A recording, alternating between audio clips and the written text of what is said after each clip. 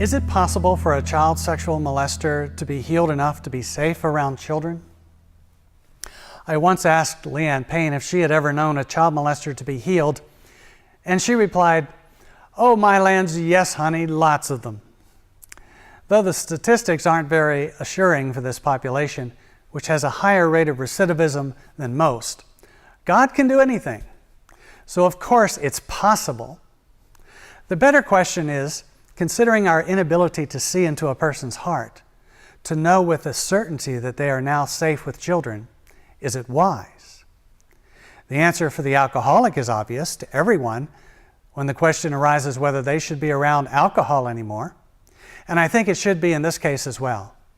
Despite the fact that God can transform our affections, there always remains a vulnerability to the sin that easily besets us, which requires us to stay away from the object of temptation, whether it be alcohol, romance novels, credit cards, suggestive films, or the kind of person who can trigger immoral desire.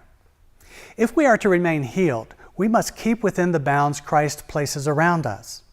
He knows that there are going to be moments in our life where we become discouraged, disappointed, and angry at Him, defeated and depressed.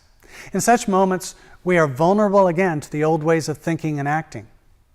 It's much more difficult to resist the thought of eating a piece of cake when you have a luscious piece sitting in front of your eyes.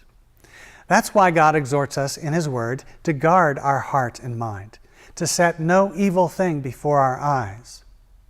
Whatever sins have given us pleasure in the past, outside of God's shelter, we all become vulnerable to them again, especially when things aren't going well in our lives. With a former child molester, the consequences of a fall are too grave to take that chance. Asking that they not be alone in the presence of children again is a prudent requirement for the sake of the children. It's not a question of God not being able to do the healing perfectly or completely, but rather a matter of man not being able to know with a certainty that someone has been fully healed. We also have to be honest about the fact that even with the best of intentions, we do not always remain faithful to what God has done in us, nor do we perfectly appropriate all of the healing that is there for us. We all remain imperfect until Jesus comes again, child molester or no. Pure passion that beats for Christ alone.